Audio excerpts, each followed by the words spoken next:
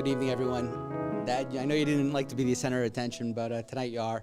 And on behalf of my mother and I, we would just like to thank everyone for attending this evening and paying their respects to my father, Al, including all those watching on the live stream feed in New York and around the country.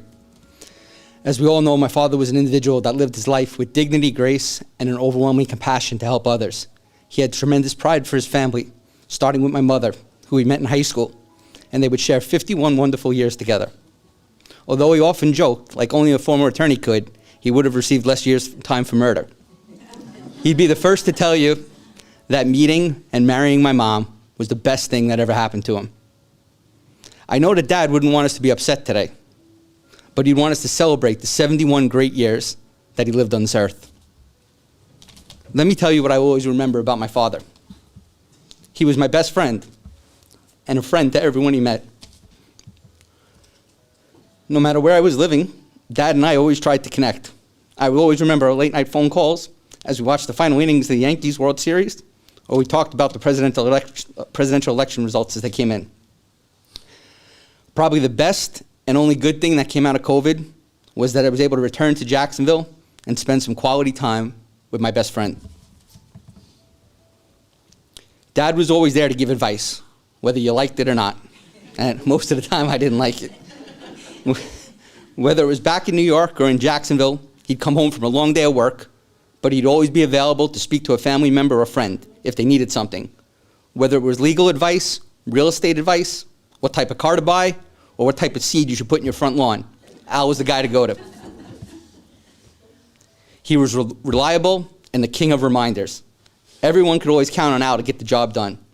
I never saw him in action during a real estate closing, but I heard, no one could handle a closing like you, Big Al. Outside of work, our family and friends knew that we could count on Dad. No task was too big or small for him. As for reminders, many of us in this room can attest how Al would follow up and make sure that we were all completed a task. Whether it was those little yellow notepads, a text message, or an email, Al made sure we all stayed on point. Most importantly, he was the most selfless individual that I've ever known. Dad was always more concerned about the needs of his family, friends, and coworkers before his own. This was never more evident during the last week of his life, when he was still looking out for our family from his hospital bed. I don't believe he will ever stop looking out for everyone in this room.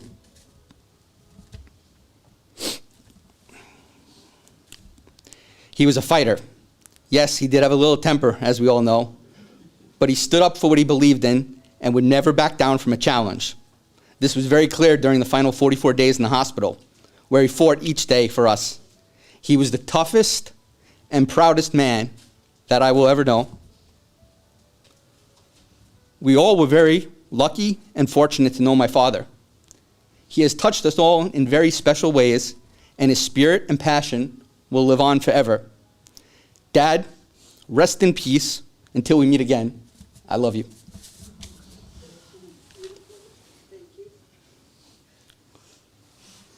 I hope there's some other stories about my father. I mean, this was overwhelming today, the support that he's had from his people at Florida Network Realty and people that I just met today and our family members. So again, I know it's a tough day, but if somebody would like to come up and share, just even if it's 2 or 3 minutes about a moment that they remember with Al, that they're more than welcome. But again, thank you all for coming, and I know my father would appreciate it.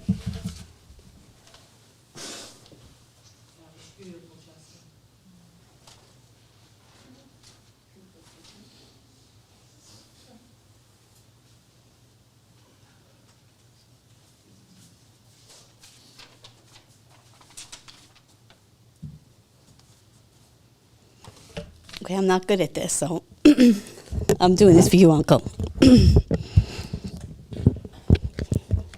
So Chris, can I have my glasses? See, now Uncle will start to heckle you.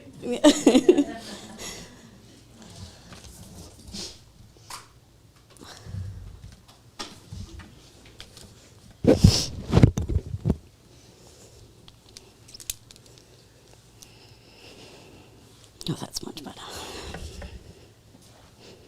The wind beneath my wings.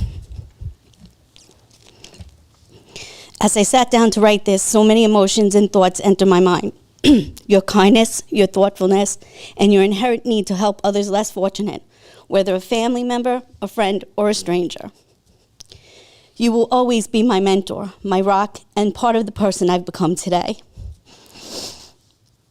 Most people know your life was not always easy, even from a young boy. When most people would have quit or taken the wrong path, your strength, your determination, integrity, and spirituality helped you flourish into the beautiful soul God called home. It has been a privilege to have you and you in my life. Most people have one set of parents, but I have always felt like I had two. Uncle, you were always there to lend a hand, offer words of wisdom, or give me that one more push when life seemed overwhelming. I will miss those rare Al moments that you shared just a little bit of that past that you guarded so deeply. And of course, those times that you got in trouble for that temper that not many people knew existed. To our family, you will always be the man that knew everything about everything and everyone could count on. I am thankful for the lifetime of support, the special family vacations, our long talks, and helping me with my master's degree. Who would believe that you could be a lawyer and a social worker? You were a friend and a support system to so many people. A man that dedicated to multiple careers, and like I said, would never commit to truly being retired. Today, as I say goodbye for now, I'm at peace knowing you're at peace. The countless times I've told you that you will always be my hero and expressed how much I loved you. Rest easy now.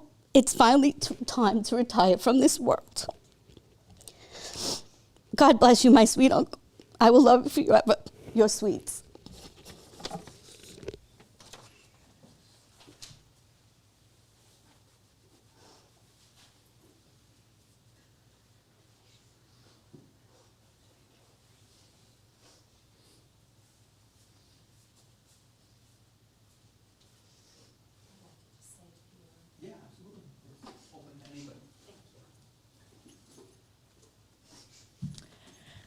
I want to first give you my deepest condolence to a man that was with a big heart, like I told you.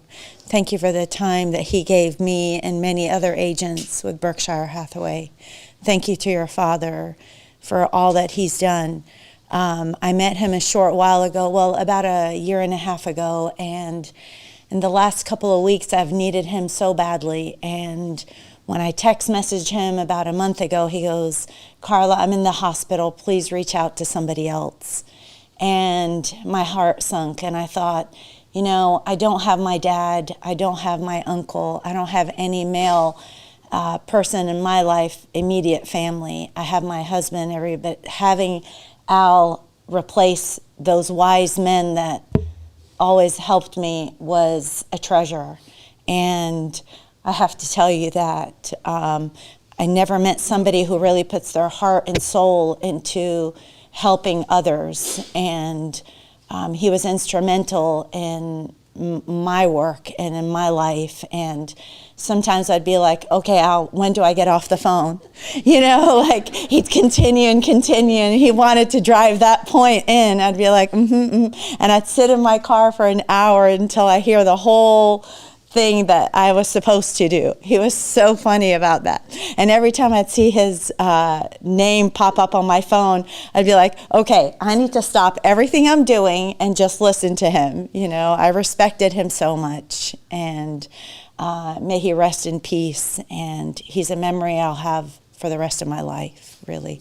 Thank you so much. Thank you.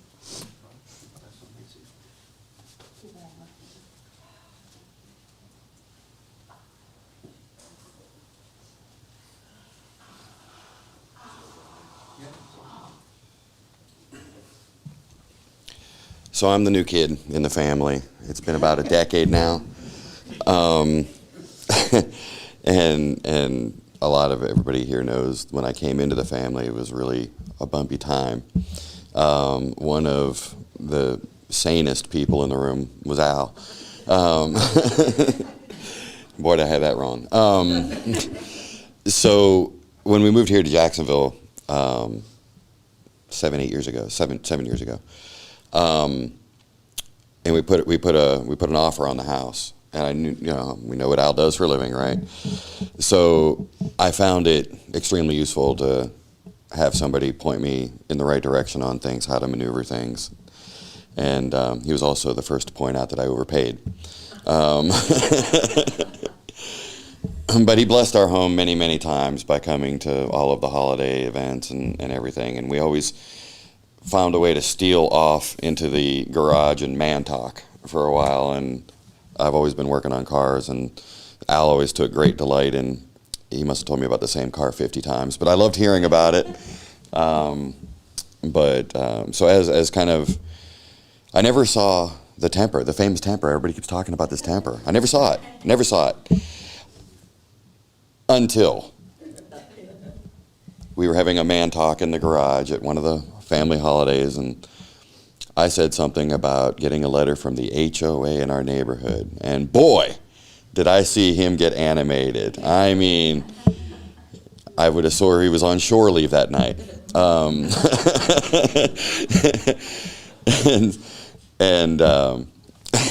I went into the house afterwards, and I was like, man, your uncle really gets fired up over these HOA things. Oh, he hates those. Anyway, you're going to be sorely missed. I know I'm still the new kid to the family, but I don't have the right to speak for everybody, but for me, for my part, I really appreciate identifying with somebody that had so many common interests with me and who was so kind to everybody that I knew. So I appreciate that. So thank you guys for, let me say something.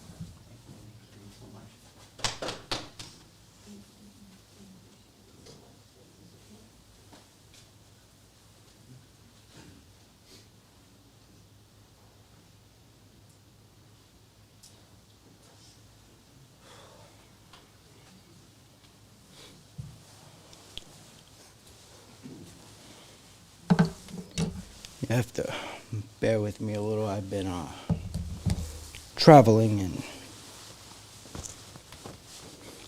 I probably had notes somewhere. He had a phone with me. Anyway, a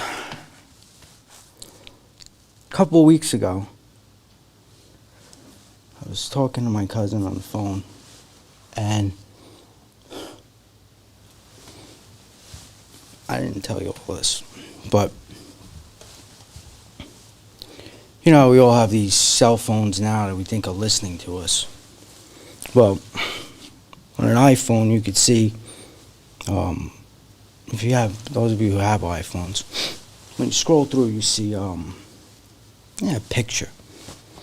My phone really must have been listening, because as I scrolled through, or the picture of that day, it's one of the tab things, I don't even know what it is. It's listening to you.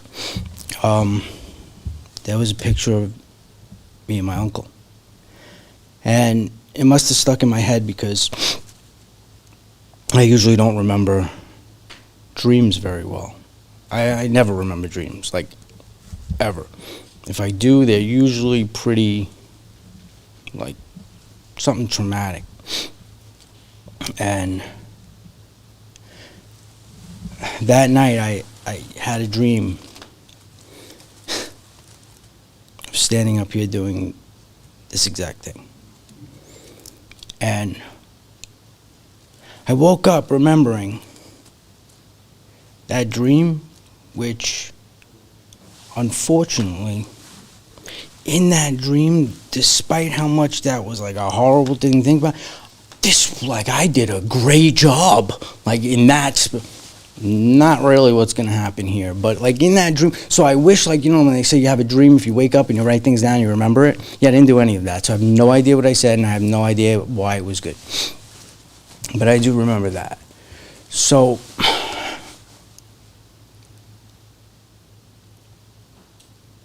a couple weeks later, I can't believe I'm sitting here doing this.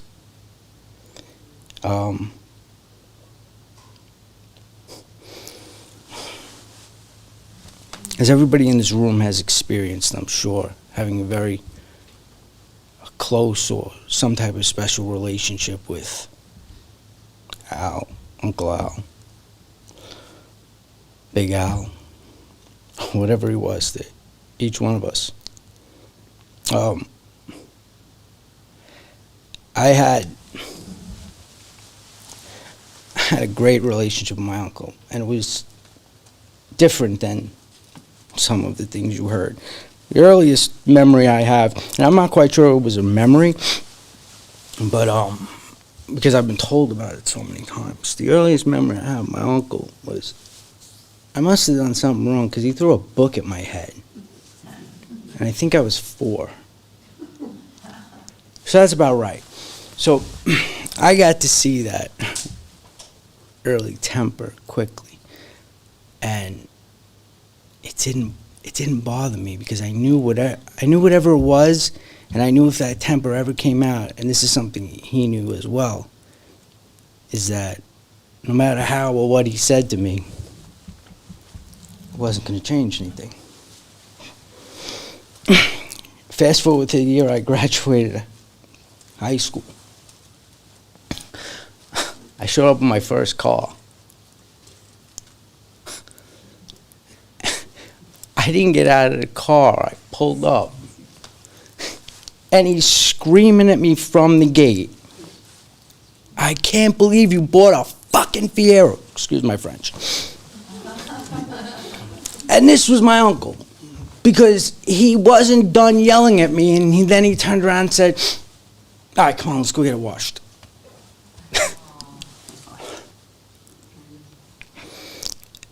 And that was the relationship we had.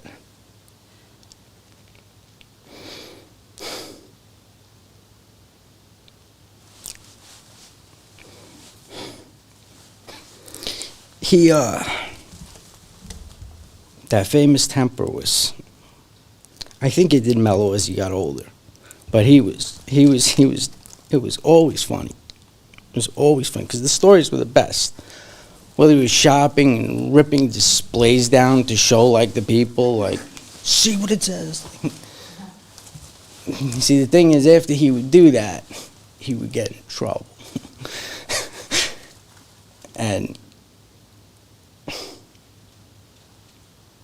But it was just my uncle.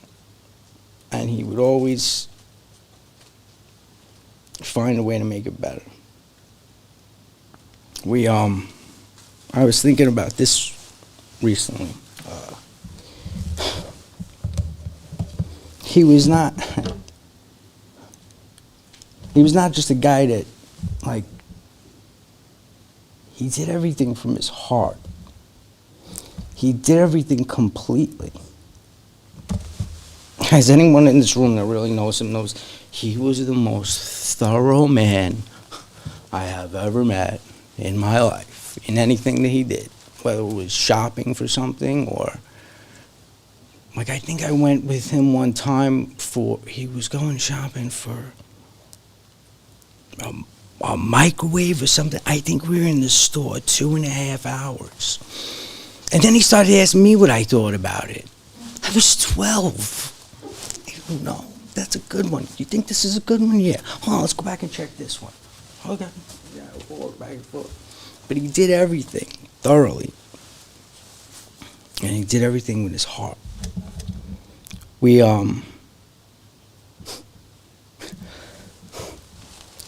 Another classic time of getting in trouble.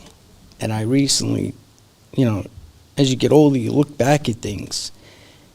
And you look back and you realize that the age that people were when they did things and the age that you were, the age I am now. And I remember the summer of 1987. My mother asked me if I wanted to go on a vacation with my aunt and uncle. They were going to go to Hershey, Pennsylvania. We were going to see the Amish. And then we were going to go see the Baseball Hall of Fame. Sounded great. Hershey, Pennsylvania, that's Hershey Park, so it's an amusement park, the Baseball Hall of Fame. I don't know what the Amish are, but okay. Again, I was like 12. I don't know what my uncle did, but he got in trouble before we left so much that he made my aunt so mad she didn't go on the trip. She famously told me afterwards, "You guys can have a good time," because she was going shopping with credit cards, and she didn't care what we did. So the first thing 3 guys did getting in the car was cross the Amish right off the list. I don't even think we reached the highway before that happened. And I realized recently that my uncle was about 36 years old when he took us on that trip. Because the second thing he said is, "What do you guys want for breakfast?" And I said, "Ice cream." And he said, "Fine." And I had the biggest thing of ice cream I had ever seen at 12 years old. And we had a ball on that trip. And then the next year, we started off a chain of going to like a few years in a row. We went to Myrtle Beach. And he took 3 kids and his mother-in-law on what he called a vacation. Only my uncle. And when he did that, when we were down in Myrtle Beach, where we would go every year, at some point, and we would go for a week, and at some point during that week, my uncle always found a way to get himself in trouble. And then we wound up with a spot that we actually went to, just me, Justin, and my uncle, to go miniature golfing. It was called Dick's.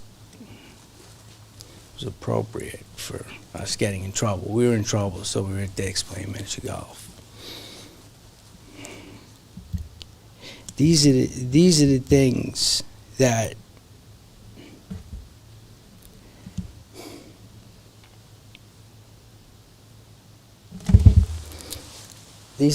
separated him. These are the things that made him different. He was the only lawyer I've ever heard nobody say anything bad about.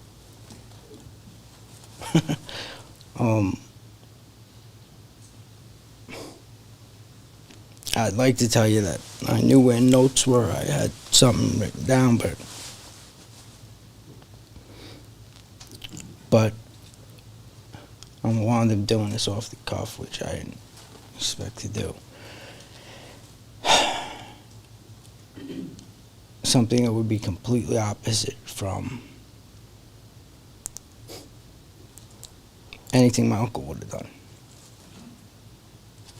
Because he was everybody's rock.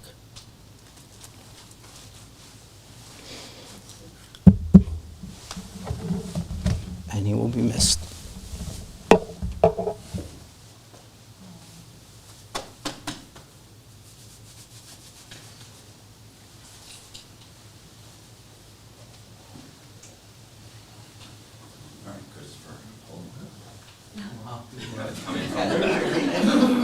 Hold it up. I want to raise that mic. Yeah. I had to be short people. So, sorry, Christopher. Many of you don't know me. Neighbor of Al and Ellen's, and they're awesome. I guess more than anything, what I've heard are stories about things that Al has done and the influence that he's played.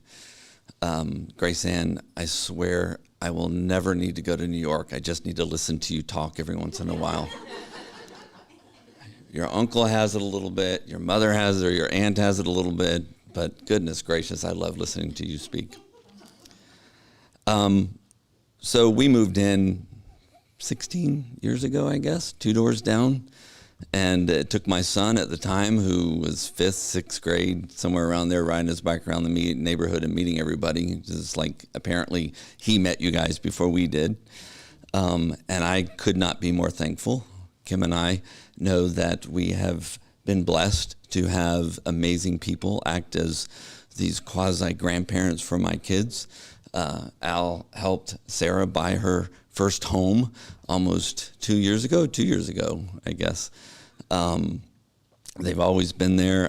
Al introduced me to the idea of mixing wine and cola.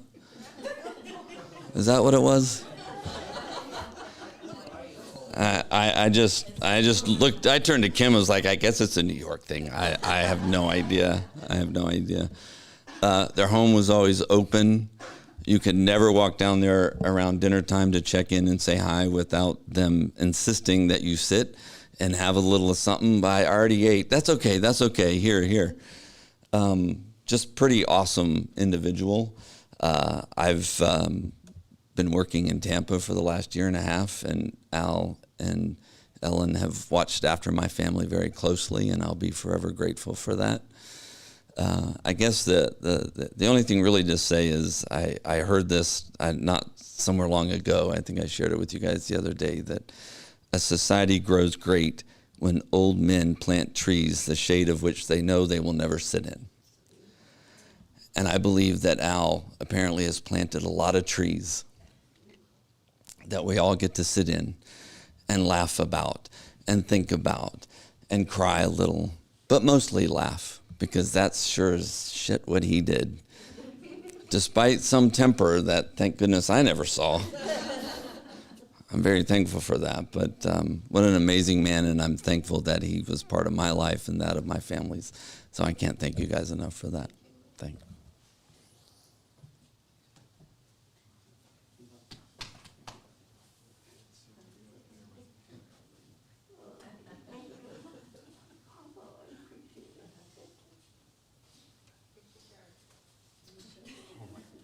That's like the 5th time I've heard that today.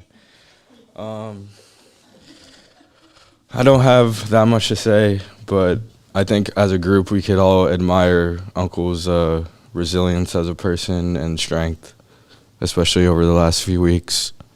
Everyone in this room could all agree that he was one of the greatest people that everyone has met.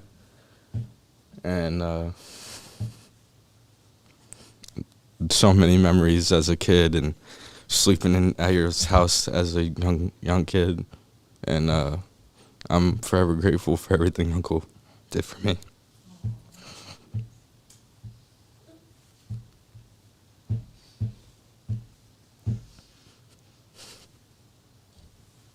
I'm sorry.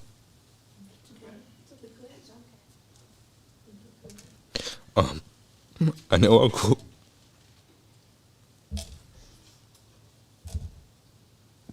He always tried to push me as hard as he could. And that's the one thing I admired about him. He wanted the best for me. He wanted the best for everyone. And that's something I admire as a person. All his characteristics, everything that he instilled in everyone in this room, that's what you take with you. That's what you live with. That's how you let his memory live on. Uncle, I love you so much, and I'll see you again one day.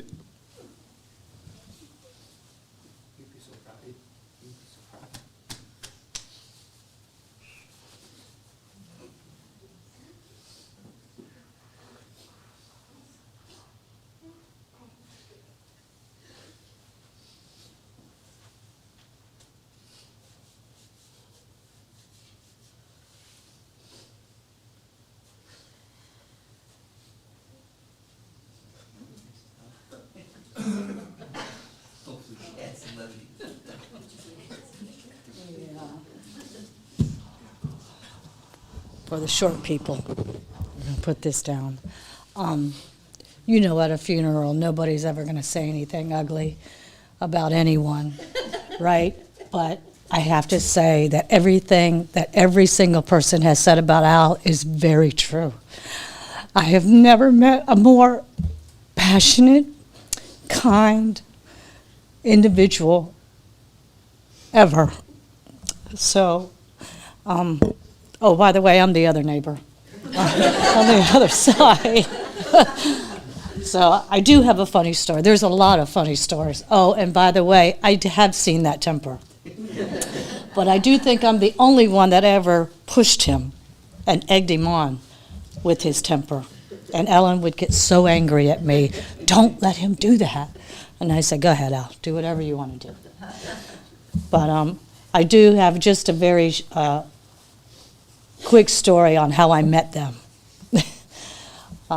I guess, 15, 16 years now we've been neighbors, and I actually had a job that took me traveling a lot. So I was on the road Monday through Thursday. I'd come home on Friday, and they would see my son there and think, oh, what a nice boy. He just lives there with roommates. They never saw me until one day I was going on a trip overseas, and I was taking Eric with me, and I said, I'm going to go over there and meet my neighbors. And I haven't met them from this point. And I said, I'm going to go over there and tell them to watch the house and give them a key to the house. And he says, what, are you crazy? You don't even know them. And I said, well, she looks really, really nice. So I did. I knocked on the door, and I said, hi, I'm your neighbor. Oh, my name is Denise, and I'll be gone for about 12 or 13 days. Do you mind watching the house? And I could just see Ellen's eyes this big. She said, yeah. I said, great, here's the key. But it turned out to be the most incredible friendship, not just Ellen, but Al too. And I'll forever, ever, ever miss him. So thank you, Al, for everything that you have done, for everything that you have said, for not just me, but everyone in this room. Thank you so much.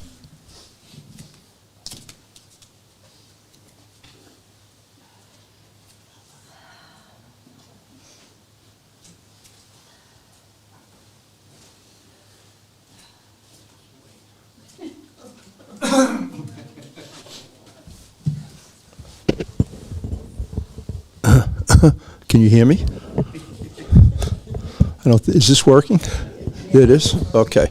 You can see I'm not very good with microphones. Okay. All I can say is, Big Al, we've heard how great you are. We know. We love you. Now I'm going to tell the real story about us, the Kings, how it really was, okay, the good times. I met Al probably 52, 53 years ago. It's a long time to have a friendship. Best of friends. He just knew we were kings. You know, we were living in apartments, you know, poor guys, going to school, riding buses. And he kept on saying, we're going to be kings. We're going to be kings one day. I said, we're not going to be kings. We're going to be in New York forever, you know. And he was right. We were kings. We still are kings, Al. Don't forget it. I'll be seeing you soon. Don't worry about it. A couple stories. We always went out on New Year's Eve, and we always had a good time on Long Island, and we'd come out a little bit tipsy, and we come out one night, and somebody made the mistake, parked their car directly in front of ours. Mistake. Al, what are we going to do? He goes, we're going to move the car. I said, how are you going to move a car? He goes, you got a coat hanger? I said, no, I don't have a coat hanger. And he goes, we're going to have to break a window. We're going to move this car. It was like 2 o'clock in the morning. I said, no, that's not right. So luckily I opened the door, and it was open. Well, what are we going to do? We're going to push it in the road. Took the car and just pushed it in the road, and that was it. That was it, you know. They shouldn't have done that to us. We were kings. We were kings. Another fast-forward story. Well, I guess we were living in Langdale Apartments, and I don't know, the girls were going shopping maybe. It was around Christmas time. Beautiful Christmas tree in Ellen's house. Al says, we got to talking about baseball. We're always talking baseball, football, you know, who's better, who could pitch better, who could hit better. Al says, I can kill your curveball. I said, no way, that ain't happening. He said, oh yeah, it is. So we just, baseball in the house, in the apartment, we were pitching curveballs and throwing. We broke every ball on the tree while the girls were out. And I said, we are in deep stuff. What are we going to do? He goes, well, we'll sweep it up. They're not going to notice. I say, Al, there's no balls on a tree. There's not one ball left. And he said, well, that's good. I don't have to pack it. We can buy new balls next year. Okay. Fast forward. Al comes to me, we're going to take a vacation. We're going to Florida. What do you mean Florida? It's like 95 degrees down here. We're going to Florida. He goes, we're going to Disney World. I thought that's in California. He goes, no, there's one in Florida. It's Disney World. Disney was, the other one's in California. I said, okay, we'll go. So we get on our plane, we go down there, and he's right. It's not 95, it's like 98 degrees. It's hot, and we have Michael, Jonathan, and Justin. 2, 3, 4 years old, pushing carriages around. It was horrible, miserable. So the highlight is we're going to this Disney character boat dinner, breakfast, boat breakfast. And it's the most miserable thing in the world. There's hundreds of kids in here, okay? And the figures are running around. And of course, the figures are huge and kids are small and they're all panicky. Who comes in but Captain Hook? These kids start screaming. It's like pandemonium. Screaming parents, you know how much I paid for this trip? You're going to eat that breakfast. I don't care if you don't want it. It was a horror show, but it was wonderful. And Al, we had a great time. We loved it. And a sideshow here in the hotel, we had brought a nice bottle of scotch, because Al and I like to imbibe, obviously, if you've seen some of the pictures. And every day I looked, it was a communal scotch. Every day I'm saying, it's getting lower and lower. I'm saying, I think Al's drinking scotch. And, we went on and went down and down and down. And one day I say, Al, I said, you drinking? He goes, no. He says, I thought you were drinking. The cleaning woman was drinking our scotch. She was actually copping our scotch. Horror show. To get to Mike's story about wine, first time I brought him a good bottle of wine, he put not only Coke, but Diet Coke in it, which was bad enough. Coke is bad, but Diet Coke, that's sinful. From then on, it became $2 Chuck. That's all he's going to get. I say, I don't care what you do, you can mix it, that's what's going to happen. And I guess the last thing is, my wife and I were pathfinders. She decided, we're moving to Florida. I'm saying, oh my God, no, you got to be kidding me. This can't be happening. And it happened. And I think Ellen said, oh God, we're leaving, we're going to Florida. Your best friend. And I'm driving down, we drove down in 2 cars, and I have my little dog next to me, and I'm talking up a storm. We can't do this. This dog's looking at me. I had her on tranquilizers. And the whole time, she was with my son, and I'm having this conversation. We come down here, and I guess we were trailblazers, because Al said, the best thing you ever did, you moved to Florida, because I'm coming. And he followed me down. Zippieros came down, the Massias. I guess we're all down here now.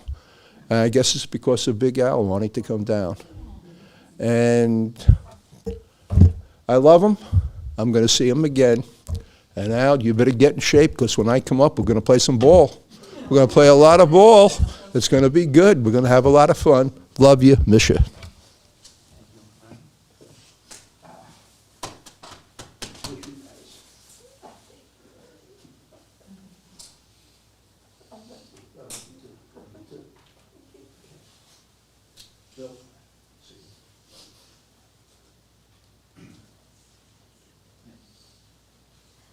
Thanks, everyone. Those are great stories, and that's my father. That's the send-off that we definitely wanted to give him tonight. So I thank you all.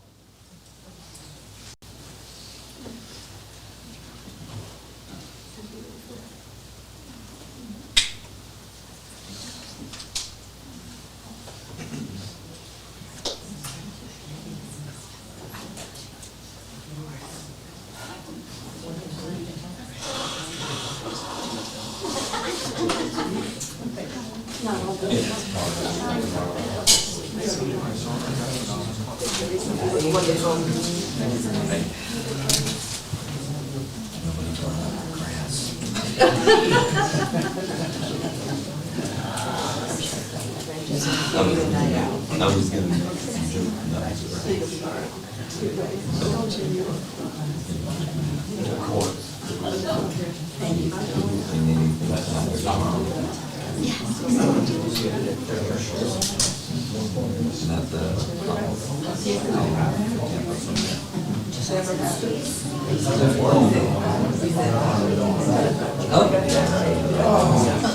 It was good seeing you. that's when you walk down.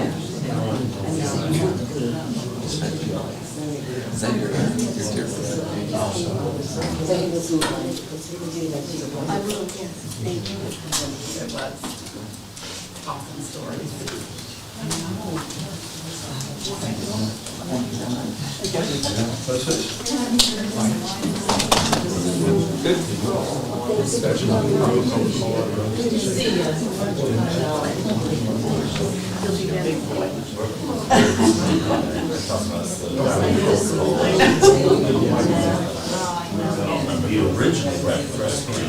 Oh, yeah.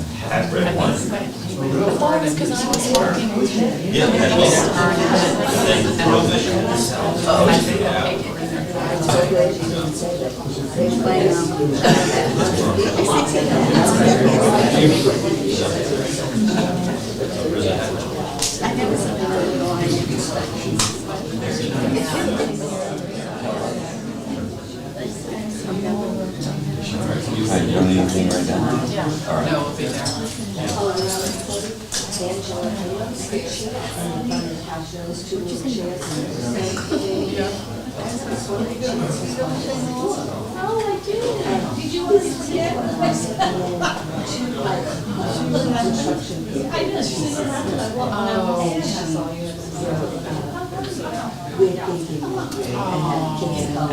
Thanks for having me. Yeah, you stayed in March. Very sweet. I'm going to try to cut it. Yeah, yeah, we can have it. Yeah. Oh, I told him. Yeah. What are you now? Did you know they always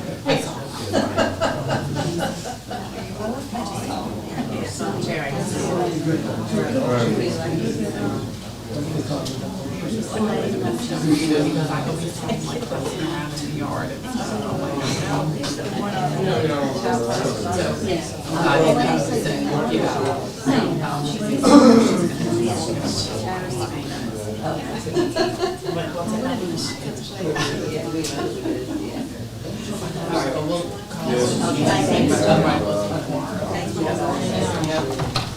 I'll see you guys at home.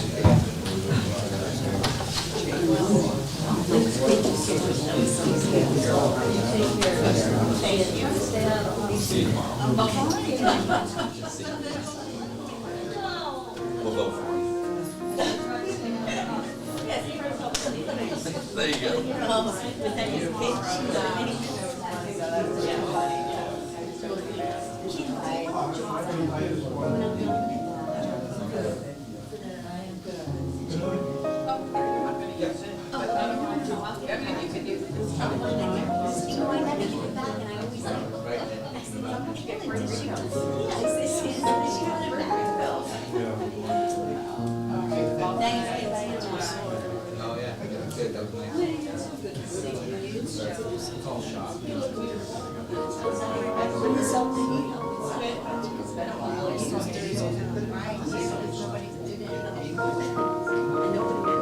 Nobody wanted to be around me in the hospital.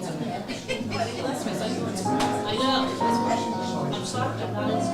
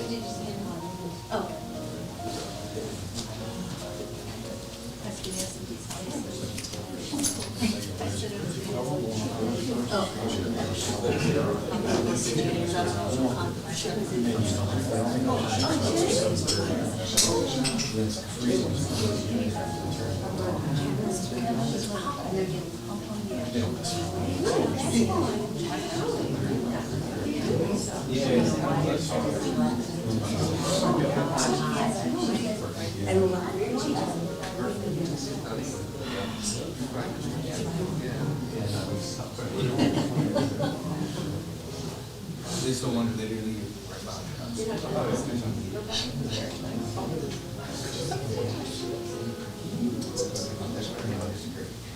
What's up?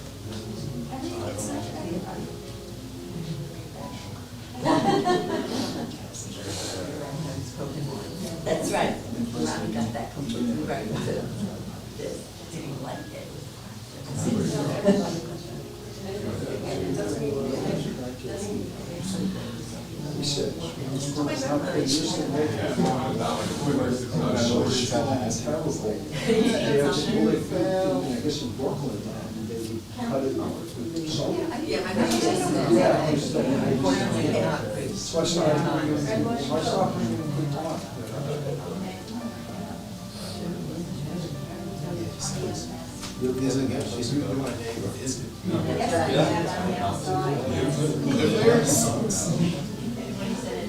Like we had parties on the street.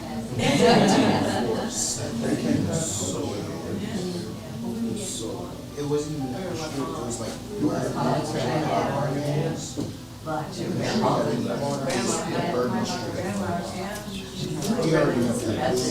already know that. My room was like really right outside. I was just like 15 years ago. He's in Fort Myers now. Now he's Fort Myers. I'm sorry, I don't like walking. Okay, no, okay. They're tragic. They're tragic. That's a long film reality.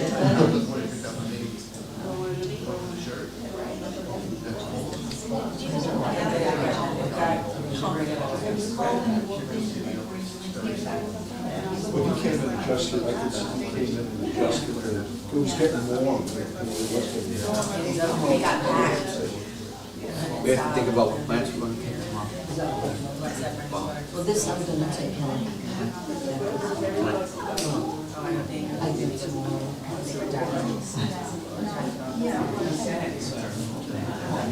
I'm usually always cold, but maybe hot. First walked in, I said, oh, it's a Like this one. came in over here. And Look, groceries. I don't know.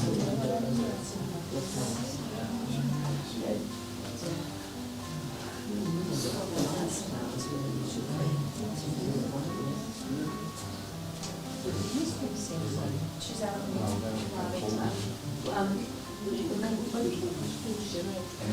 Justin just said I could. No, it's all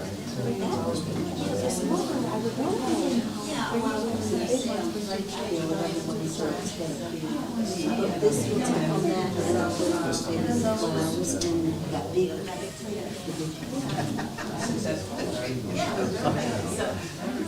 days after this, you know, it's like the tired, like, Oh, no. I'm not going to bed.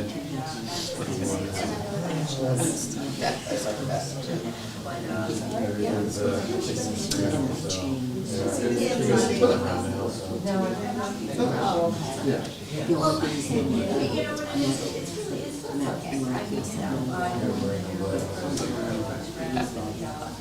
the rosaries can stay just as long. That's. I don't think there is anything that would, I don't think so. Yeah, they'll take it and maybe bring it over and I don't think you're allowed to. Yes. I had the two little small, actually, the ones that are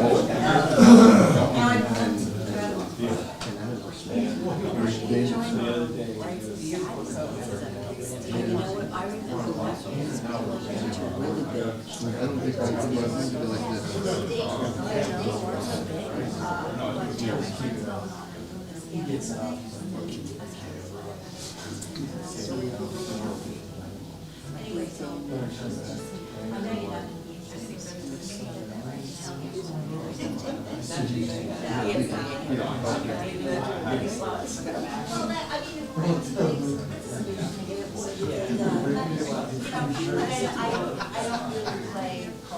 like learning bad stuff.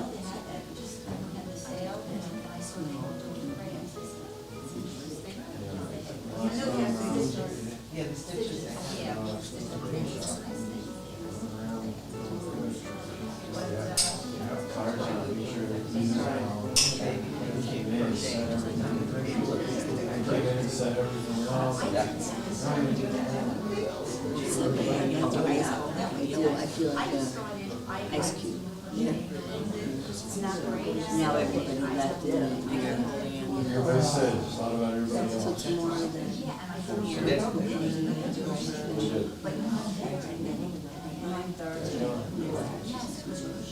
They are growing extra, you're right. They like that.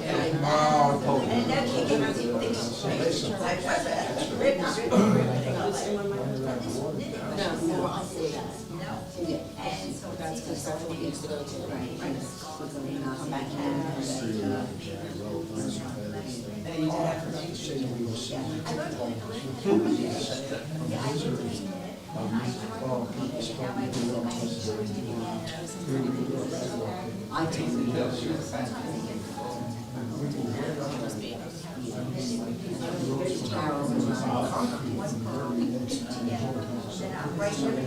It feels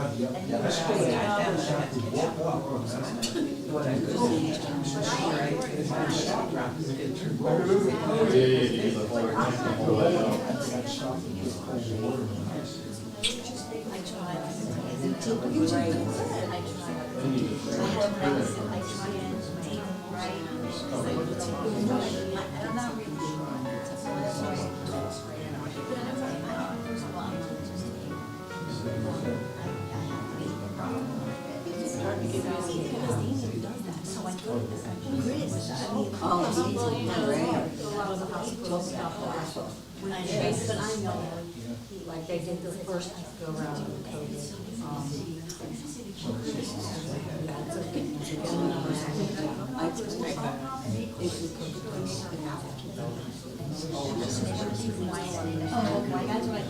Conspiracy, Ronnie, I know.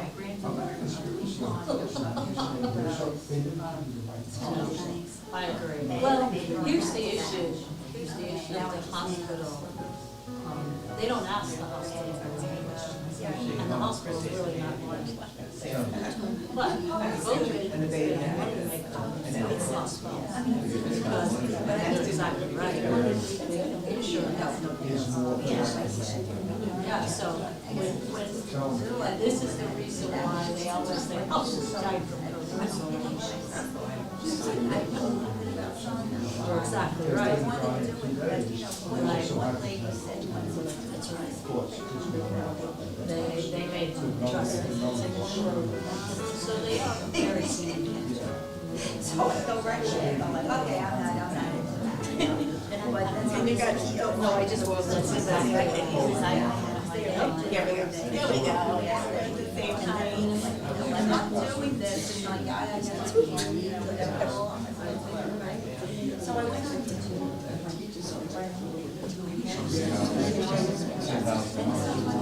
I'm okay with that. Saturday, I was looking at It's insane. It's a racket. The whiteboard, you never believe it. It's just again. You had a lot of that's me. Yes, so it's great. It's a really nice memory. I told her if I knew he was doing this, I would have my mom to show. I didn't even think it was just so. I really have to get together with my friends and the wedding. But yeah, it's a really nice picture. Vaccine to come back. I'm saying, wait a minute, hold on a second. You're setting this thing up. What do you do as it is in nature and come up with a vaccine? My mom can't do that.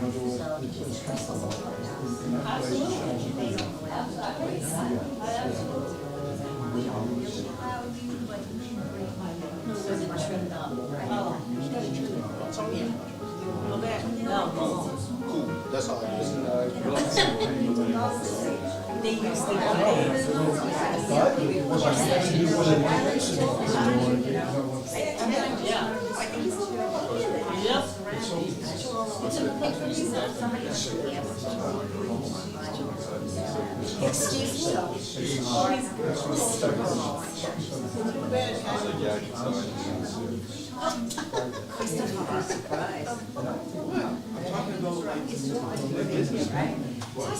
we never have.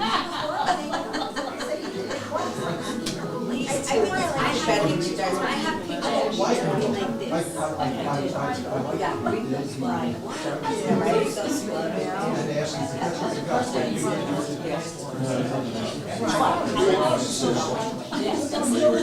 sound like you're out of house, you're not in that. The only thing I found was actually one of my friends, like, he's working with me, but because it was like, Yes. really so this time, it's for the cause, but outside of the lights, it used to be. I know that.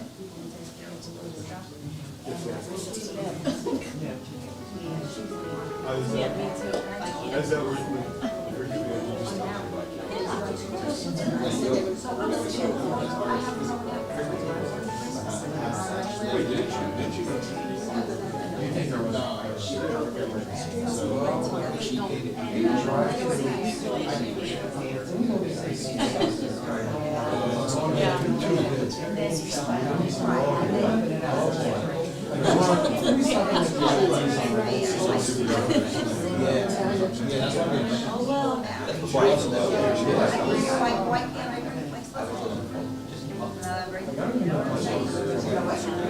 Well, no, I'm just saying, so, you know, whenever, you're supposed to have a girlfriend. That's what you got my whole body space on. But other things like that, so I was like that. But we have No, these are actually very close.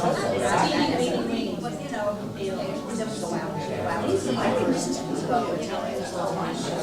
I would look at something like that. Yes, you did. I mean, I don't. But anyway, you're comfortable.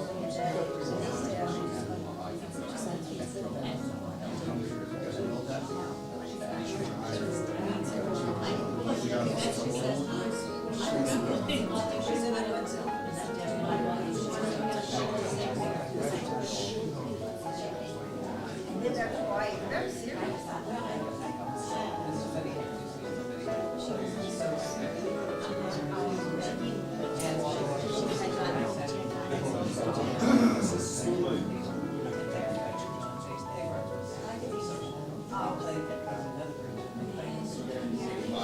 No,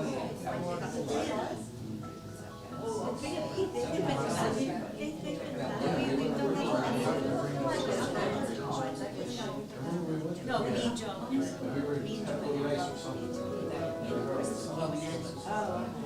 But it doesn't matter. They do.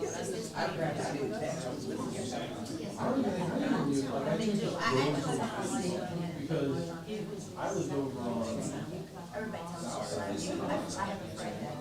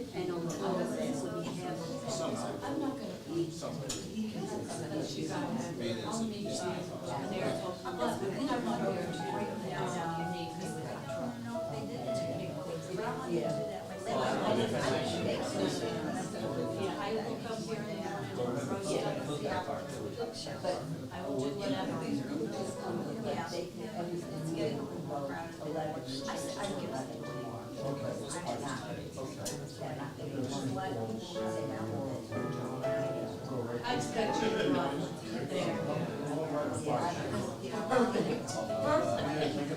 Yeah, bring me one. And then right after that, went back here to the burial, and then now I think I just started to go back. Yeah, just to close that, yeah. I said to just kind of like right in the middle, down the road, dead end. yeah, I think it's pretty good, yeah. I think so, yeah, I think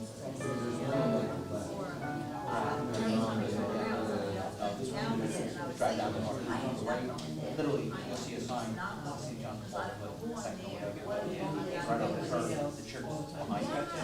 It's a lot.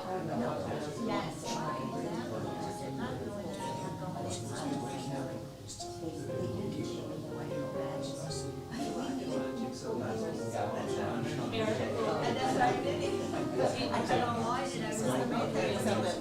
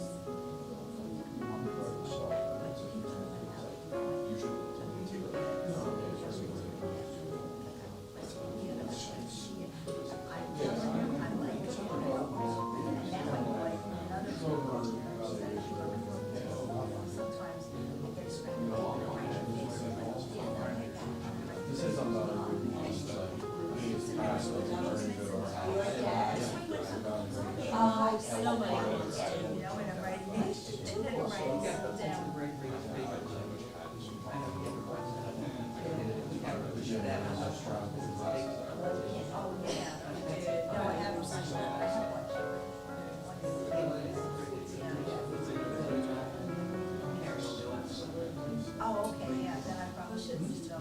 You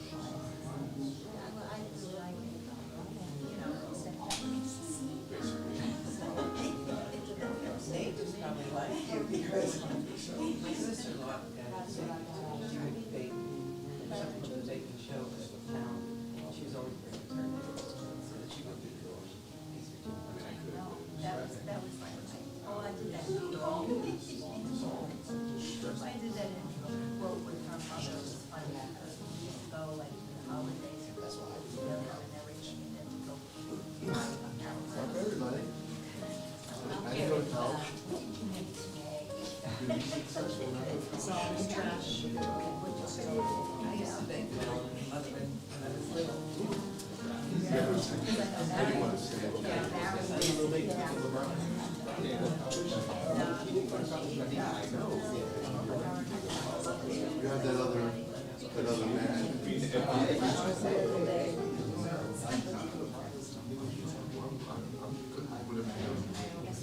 His hands look like his hands.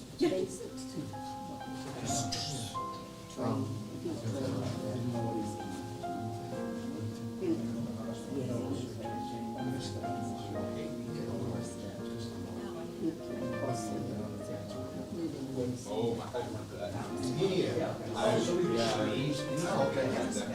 Cool, yeah.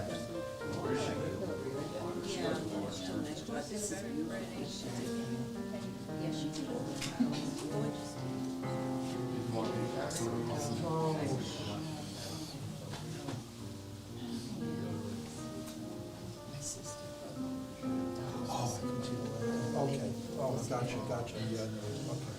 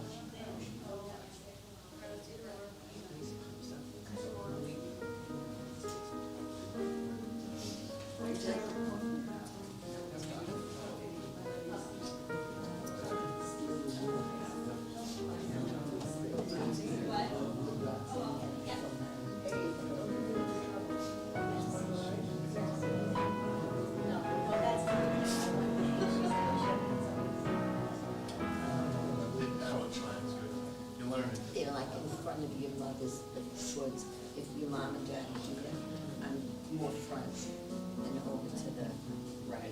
Well, you'll see mine tomorrow. Mom and dad over here. I'm like, yeah, well, I'm more in front of them into the.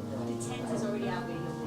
Oh, it is? The green tent that I saw today. Oh, it was a green section. Because I was like, Yeah, I'm here. I'm wearing class tomorrow. Because you got grass, you can't. Yeah, no, they already have the tent put up where she's gonna be. That's where it is, right there with that. Yeah, that was one. Yeah. She's only, oh, this is not good. Kind of fights it. You guys came with me for my grandmother, because they were in town, so. What about that story when it was his 40th birthday and he's sitting up in the pool in the middle of Old Avenue with his clothes on and his free, and he's taking off his jewelry and his wallet and everything else. Yeah. That's great. Yeah, Okay, thank you. Awesome, thank you. Yeah, that's not.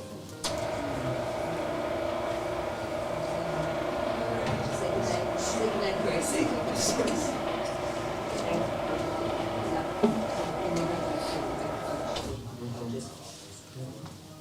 We should take some notes.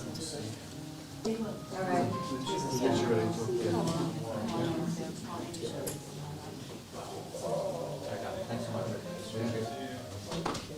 See you tomorrow. You can still sit down and relax at the end.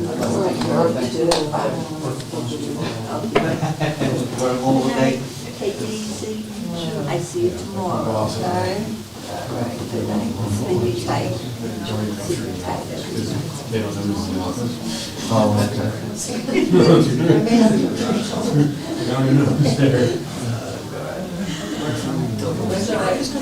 Thank you so much. Thank you for coming.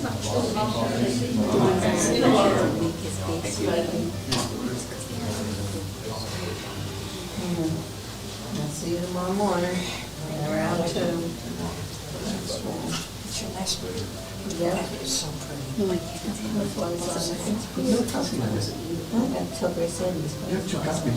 I saw that instantly. Don't you have 2 copies? We need to stick it in there tomorrow, just to put it in there. Did you have 2 copies? Yes.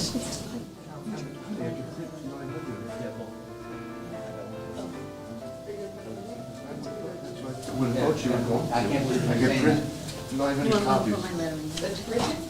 Yeah, that's what she wrote, yeah.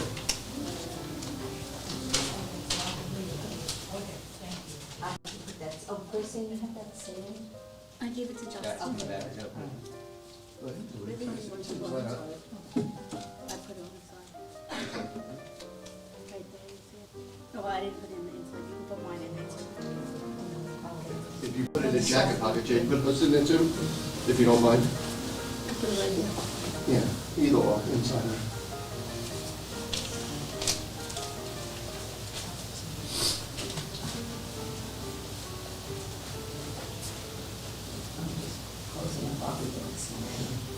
Try to be inside there.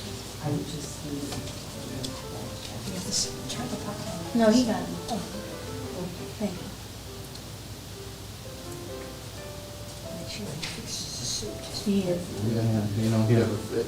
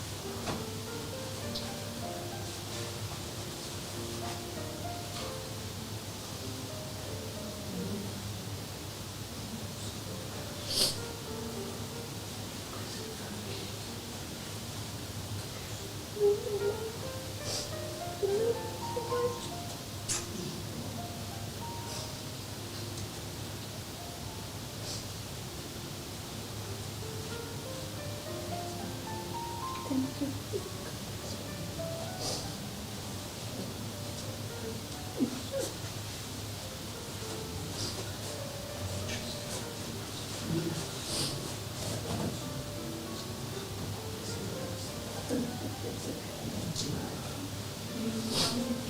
I'm gonna take them all. I have pictures. All the customers. Yeah. I'm gonna take them all off and I took pictures of them. Okay. Yeah, you know what about